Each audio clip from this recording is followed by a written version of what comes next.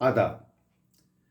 मैं हूं सैयद आसिफ जाह और एक बार फिर ईमान न्यूज़ के साथ आप सबके हमरा मौजूद। बात ईमान की, बात इंसान की।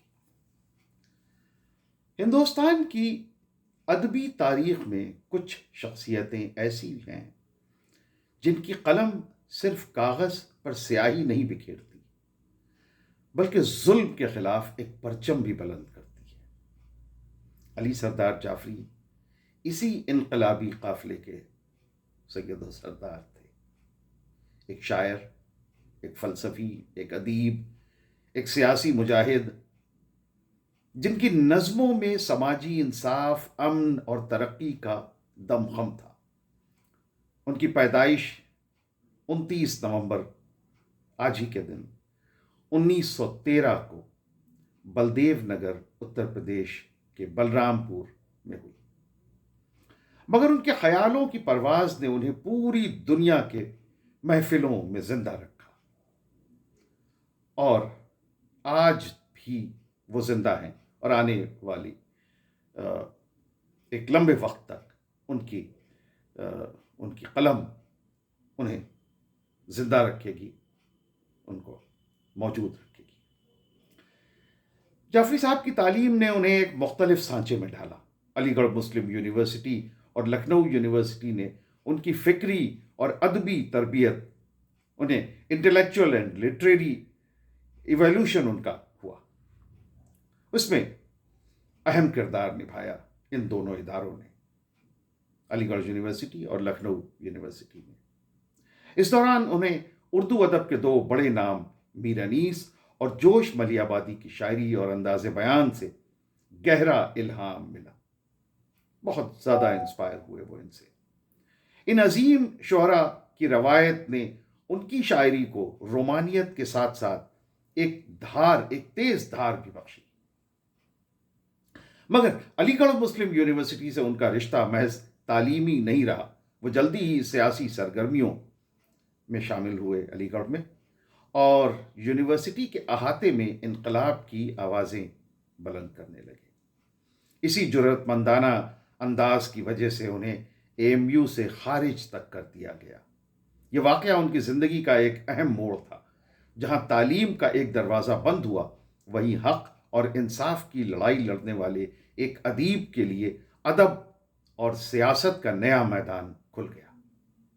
अली सरदार जाफरी का नाम हिंदुस्तान की प्रोग्रेसिव राइटर्स मूवमेंट के मुअज़्ज़िज़ रहनुमाओं में शुमार होता है।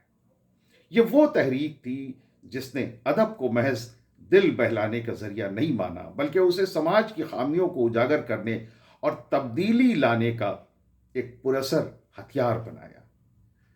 अदब को सिर्फ महफिलों तक महदूद न करके असल ज़िंदगी में उतारना और उससे मुल्क और कौम की बेहतरी के लिए इस्तेमाल करना, ये प्रोग्रेसिव राइटर्स एसोसिएशन का कमाल था।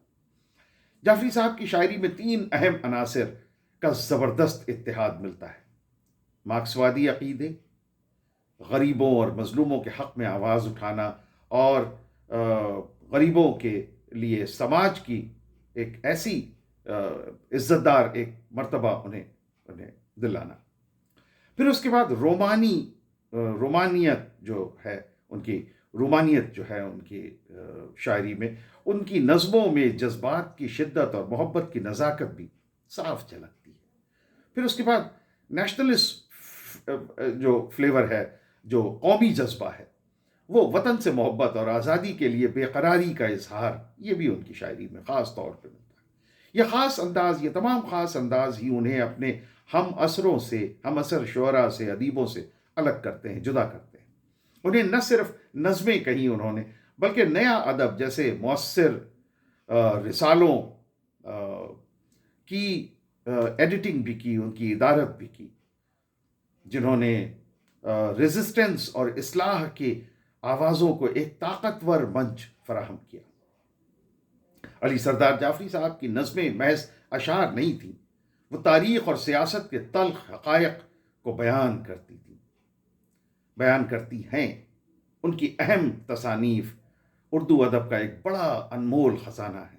नई दुनिया को सलाम 1948 में ये मजमुआ آیا علی سردار جعفری صاحب کا، جس میں جنگ اور آزادی کے بعد کی امیدیں اور خواب بیان کیے گئے۔ یہ نظم آج بھی اپنے وقت سے آگے کی بات کرتی محسوس ہوتی ہے۔ پھر ایشیا جاگ اٹھا 1951 میں، جیسا کہ نام سے ظاہر ہوتا ہے، یہ ایشیائی ممالک میں انقلابی تحریکوں اور خود مختاری کے جذبے کی ترجمانی کرتی ہے یہ نظم۔ پھر پتھر کی دیوار 1953، اس مجموعے میں سماجی اور سیاسی رکاوٹوں کو توڑنے کا حوصلہ اور عزائم پیش کیے گئے۔ ایک خواب اور 1965 میں، اس تصنیف میں ان کی فکر کی گہرائی اور فلسفہ حیات کی ایک اور پرت کھلتی ہے۔ ان مجموعوں کے علاوہ انہوں نے فلموں کے لیے نغمے بھی لکھے۔ ان کی شاعرانہ سنجیدگی اور عوامی لہجہ دونوں موجود تھے ان کی شاعری میں۔ علی سردار جعفری صاحب کو ان کی عظیم ادبی خدمات کے لیے ہندوستان کے اعلیٰ ترین اعزازات سے نوازا گیا۔ یہ اعزاز دراصل اس آواز کا احترام تھا جس نے کبھی دبنا گوارا نہیں کیا۔ 1967 میں سرکار نے انہیں پدم شری سے نوازا۔ حکومت ہند نے انہیں ادب اور تعلیم کے میدان میں ان کے کام کے لیے سراہا پدم شری ایوارڈ دے کے۔ پھر 1971 میں انہیں جواہر لال نہرو فیلوشپ ملی، جس نے انہیں مزید تحقیق اور تخلیق کا موقع فراہم کیا۔ پھر 1997 میں انہیں گیان پیٹھ ایوارڈ ملا۔ یہ ہندوستان کا سب سے بڑا ادبی سمان ہے، اعزاز ہے۔ اس اعزاز کو حاصل کرنے والے وہ تیسرے اردو شاعر تھے۔ یہ ایوارڈ ان کے ادب کی مکمل عظمت اور ان کی انقلابی فکر کی قبولیت کا ثبوت ہے۔ علی سردار جعفری 1 اگست 2000 کو ممبئی میں اس دنیا فانی سے کوچ کر گئے، مگر ان کے الفاظ آج بھی ہر اس تحریک میں گونجتے ہیں جو انسانیت کے وقار، مساوات اور سچائی کے لیے لڑی چاہتی ہے۔ انہوں نے صرف نظمیں نہیں لکھیں بلکہ نئی دنیا کا ایک مکمل خواب پیش کیا، ایک ایسا خواب جس میں ظلم نہیں، صرف محبت اور انصاف کا سورج چمکتا ہے۔ ان کے بارے میں یہ کہنا غلط نہ ہوگا کہ وہ اردو ادب کے ایک ایسے انقلابی شاعر تھے کہ جس کی سیاہی میں انقلاب کی روشنی پوشیدہ تھی۔ تو یہ تھا علی سردار جعفری صاحب کی تاریخ پیدائش پر ہمارا ان کو ایک خراج عقیدت۔ ایمان نیوز کے ساتھ اپنی محبتوں کا سلسلہ بدستور جاری رکھیے۔ ہمارے چینل کو سبسکرائب کیجیے، ہماری ویڈیوز کو لائک کیجیے، شیئر کیجیے، فارورڈ کیجیے، اور ہماری اپنی باتیں، اپنے خیالات، اپنے تاثرات کمنٹس کے ذریعے ہم تک پہنچائیے۔ بہت بہت شکریہ۔ خدا حافظ۔